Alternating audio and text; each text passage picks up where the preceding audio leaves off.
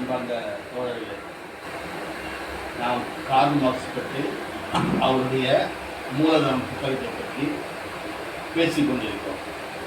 இந்த அமைப்பில், இந்த முதலாளித்துவ அமைப்பில், இந்த முதலாளிகளால் உருவாக்கப்பட்ட அரசு மற்றும் அதனுடைய துணை நிறுவனங்களான சட்டம், போலீஸ், நீதிமன்றம் இவைகளை எதிர்த்து நாம் பிரச்சாரம் செய்து கொண்டிருக்கிறோம்.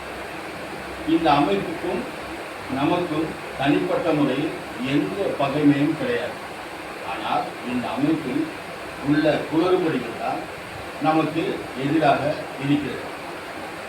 முதலாளித்துவ அமைப்பில் அது இருக்க வேண்டுமானால் ஒருபுறம் வேலை இல்லாத ஒரு கும்பல் இருந்து கொண்டே இருக்க வேண்டும்.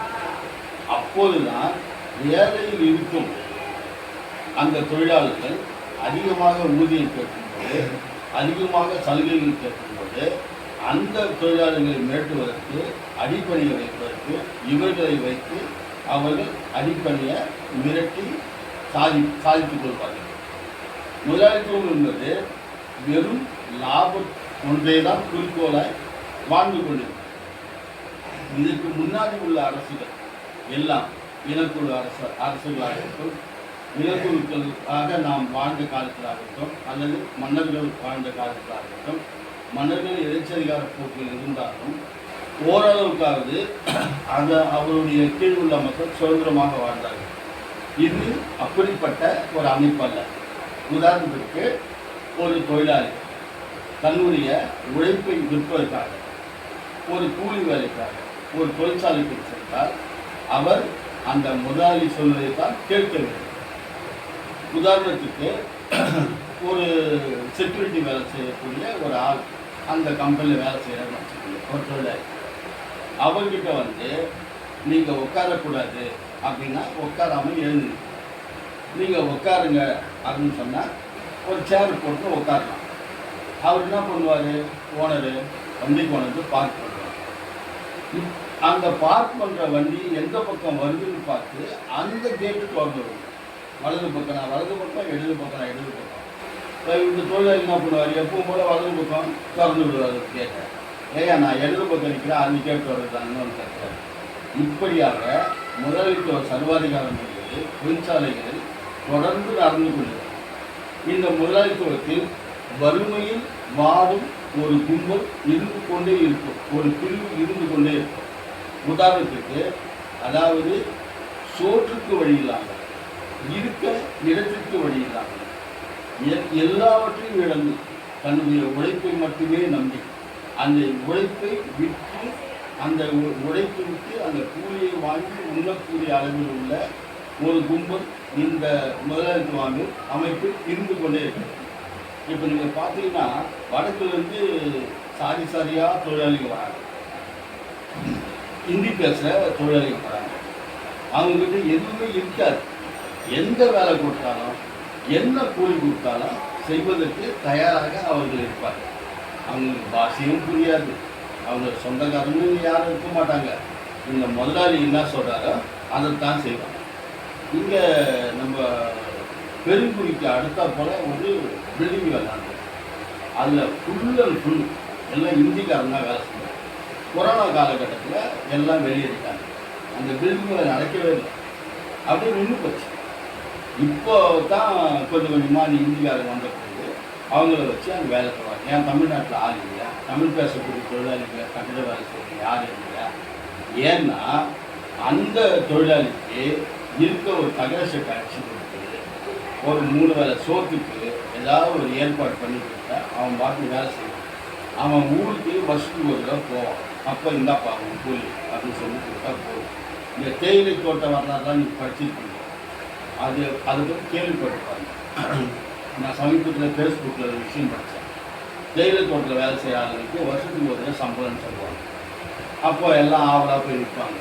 இன்னொன்று, தேயிலை தோட்ட தொழிலாளிக்கு வருஷத்துக்கு ஒரு முறை தான் சம்பளம். அதெல்லாம் கவனத்தில் வச்சுக்கணும். வருஷம் ஃபுல்லாக என்ன சாப்பிடுவாங்க? எங்கேயாவது போய் கடனை உடனே வாங்கி சாப்பிடுவாங்க. அந்த தொழிலாளிகளுக்கு கடன் கொடுப்பதற்கு முதலாளிகளால் ஏற்பாடு செய்யப்பட்ட கடைகள் இருக்கும். துணி எடுத்துக்கலாம், மளிகை சாமான் வாங்கிக்கலாம், காய்கறி வாங்கிக்கலாம். இதெல்லாம் முதலாளிகளால் நடத்தப்படுகின்ற கடைகள். அதில் அவ்வளோ பேரும் கடனை வாங்கியிருப்பான். இவன் வருஷம் முடிஞ்ச உடனே போய் நிற்பான். எனக்கு சம்பளம் கொடுங்க நிஜமா அப்படின்னு சொல்லிட்டு இவன் ஒரு பெரிய பேரேடு ஒன்று வச்சுருப்பான். கொண்டு வந்து வச்சு கணக்கு பார்ப்பான். முனியாண்டி, நீங்கள் வருஷம் ஃபுல்லாக எவ்வளோ பணம் கடன் வாங்கிக்கிறீங்க?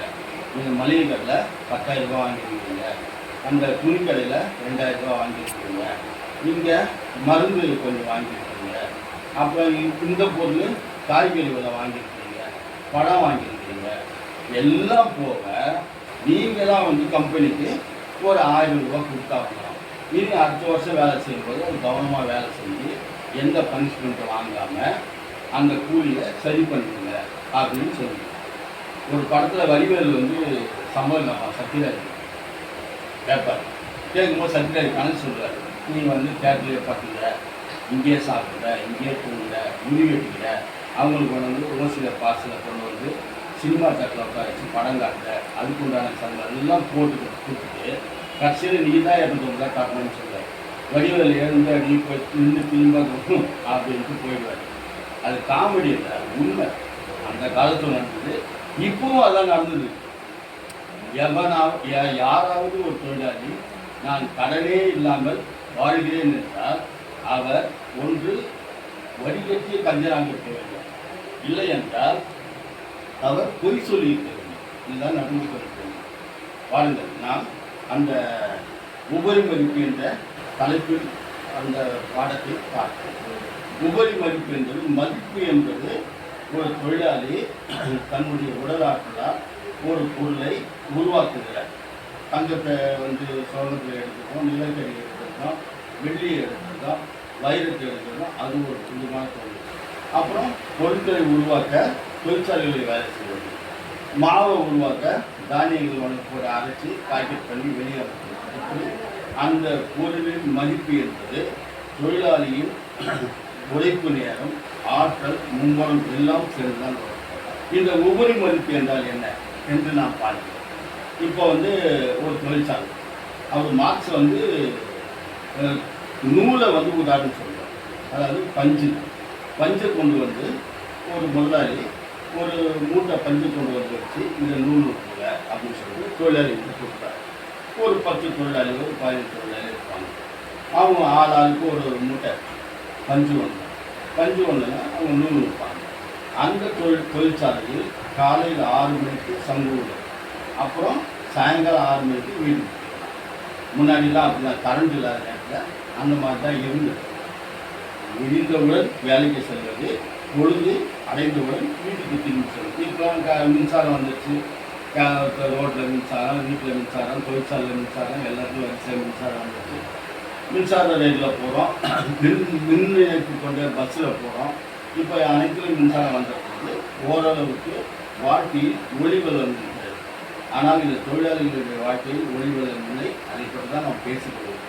இப்போ இந்த உபரி மதிப்பு எப்படி அப்படின்னா, தொழிலாளி தன்னுடைய கூலிக்காக ஒரு 6 மணி நேரம் உழைப்பார். அப்போ உற்பத்தி வந்து அந்த ஒரு மூட்டை பஞ்சு நூலாக மாறி அங்கே வந்து நிற்கும். உதாரணத்துக்கு வச்சுங்களேன், ஒரு 2 கிலோ நூல், 2 கிலோ பஞ்சு வச்சுக்கலாம். அப்போ முதலாளி பார்ப்பார், இந்த 2 கிலோ நூலில் வந்து அவருக்கு லாபம் கிடைக்காது. அப்போது ஒரே ஒரு விஷயம் செய்கிறார். என்ன செய்கிறாருன்னா, 2 கிலோ 2 மூட்டை பஞ்சு கொண்டு வச்சோம், 100 தான், 12 மணி வரைக்கும் முடிஞ்சிடுச்சு.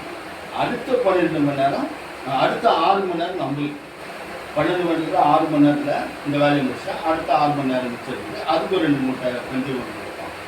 முதலாளிகள் பணம் வைப்பார். வச்ச உடனே அந்த பஞ்சை வந்து நூலாக மாற்றுவதற்கு தொழிலாளிக்கு மாற்றி கொடுப்பார். இப்போ நீங்கள் கணக்கு போட்டு பாருங்க, தொழிலாளிகளுடைய கூலிக்காக அரை நாள் உழைப்பு, முதலாளிகளுடைய லாபத்திற்காக அரை நாள் உழைப்பு. இதைத்தான் கார்ல் மார்க்ஸ் புரட்சிகரமான முறையில் இதுதான் உபரி மதிப்பு என்பதை நிரூபித்தார். இதற்கு முன்னால் இருந்த பொருளாதார அறிஞர்கள்லாம் வேறு வேறு வகையில் ஆய்வு பண்ணாங்க. ரிக்கார்டோ என்ற பொருளாதார விஞ்ஞானி தான் இது கொஞ்சம் நெருக்கமாக வந்து ஆய்வு பண்ணார். எதனால் வந்து லாபம் கிடைக்குது அப்படின்றது, தொழிலாளிகள் உழைப்பால் தான் லாபம் கிடைக்குது, வேறு எதுவும் கிடையாது மற்றவங்களாம் சொன்னாங்க அவர் வந்து எந்த பொருள் தேவையோ அந்த பொருளை தயாரிக்கிறாரு, கொண்டு வந்து கொடுக்குறாரு, லாபம் கிடைக்குது அப்படின்னு. சில பேர் சொன்னாங்க அந்த உற்பத்தியான பொருட்களை கொண்டு வந்து விற்பனை செய்யும்போது லாபம் கிடைக்கும் அப்படின்னு சொன்னாங்க. அது கண்மூடித்தனமான விஷயம்லாம் நிறைய நடந்துருந்தாங்க அந்த காலத்தில். கார்ல் மார்க்ஸுக்கு பிறகுதான் உழைப்பு ஒன்றுதான் உலகத்தை உருவாக்குகிறது, உழைப்பு ஒன்றுதான் உபரி மதிப்பை உருவாக்குகிறது, உழைப்பு ஒன்றுதான் சாதாரண ஒரு சின்ன முதலாளியாக இருந்த ஒரு பட்டறை தொழிலை நடத்தி கொண்டிருந்த முதலாளியை இன்று உலகம் முழுவதும் கொண்டு சேர்க்கும் ஒரு முதலாளியாக, உலகம் முழுவதும் சரக்குகளை கொண்டு சேர்க்கும் ஒரு பெரிய கார்ப்பரேட் கம்பெனியாக இந்த தொழிலாளர்கள் உழைப்பு தான் மாற்றியிருக்கிறது என்பது அவர் ரொம்ப ரொம்ப அருமையாக எடுத்து சொல்லியிருக்கார். அப்போது ஒரு முதலாளி வந்து கணக்கு போடுறார், ஒரு 10 கிலோ இரும்பு துண்டுகளை கொண்டு போய் கொடுத்து இதை வந்து அந்த காம்பனேட்டாக ஆக்குங்க, நான் உங்களுக்கு மிஷின் தரோம், கரண்ட் தரோம், எல்லாம் ஏற்பாடு பண்ணிக்கலாம் அப்படின்னா தொழிலாளிகள் நின்று ஒவ்வொன்றா எடுத்து போட்டு அந்த காம்பனேட்ஸ் வந்து எடுத்து அடித்து அதை வந்து மார்க்கெட்டிங் பண்ணுவாங்க. இந்த நாட்டிலேருந்து வெளிநாட்டுக்கு தான் போகும் அந்த பொருள். ஆப்பிரிக்கா, ஆசிய நாட்டில் வந்து பல நாடுகளுக்கு, ஐரோப்பாவுக்கு, இஸ்ரேலுக்கு, அமெரிக்காவுக்கே போகுது. அது போன்ற இயந்திரங்களாம் இப்போ இது வந்து எப்படி தொழிலாளிகள் தெரியாமல் போகிறது என்பது ஒரு கேள்வி. நவீனமான இயந்திரங்கள் வாங்கப்படுது, தொழிலாளிய உழைப்பே தேவையில்லை. நம்ம சொல்லுவோம் எல்லாம் A1 மிஷின் வந்துச்சு, அதை வச்சு நாங்கள் வந்து இப்போ உற்பத்தியை நாங்கள் பெருக்கிடுவோம், தொழிலாளிகிட்ட போய் நாங்கள் நிற்க தேவையில்லை, அவங்களுக்கு போனஸ் கொடுக்க தேவையில்லை, சம்பளம் கொடுக்க தேவையில்லை அப்படின்னு சொல்லுவாங்க. ஆனால் அந்த A1 மிஷினையே ஆப்ரேட் பண்ணுறதுக்கு ஒரு தொழிலாளி தேவை, அதை தயாரிப்பதற்கு தொழிலாளர்கள் தேவை.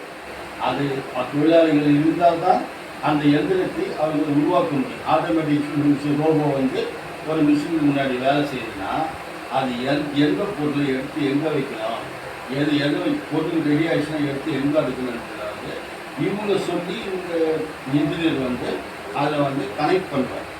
அந்த விஷயத்துக்கும் தொழிலாளிகள். ஆக உழைப்பு இல்லாமல் கொஞ்சம் எந்திரங்களை கண்டுபிடிக்கிறாங்களா, ரோபோ கண்டுபிடிக்கிறாங்களே, அது ஒரு மாபெரும் உழைப்பு. அது எப்படி? மூளைக்கான உழைப்பு.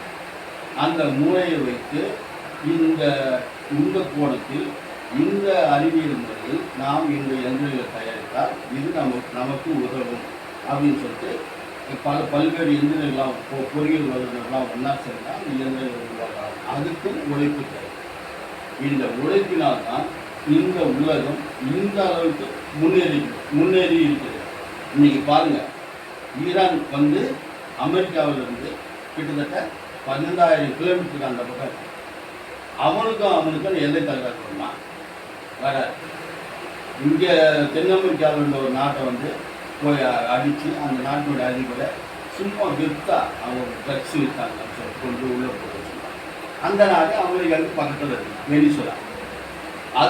அதில் கொஞ்சம் நியாயம் இருப்பது போல நம்ம மக்களுக்கு தெரியும், அது அநியாயம்தான். ஈரான் வந்து ஏன் அடிக்கும்? ஈரானுக்கும் அமெரிக்காவுக்கும் என்ன பகை இருக்குது? அப்படி என்றால் ஈரானில் கிடைக்கும் எரிவாயுவும் நிலத்தடி இருந்து கிடைக்கும் ஆயுதம் மிக முக்கியமான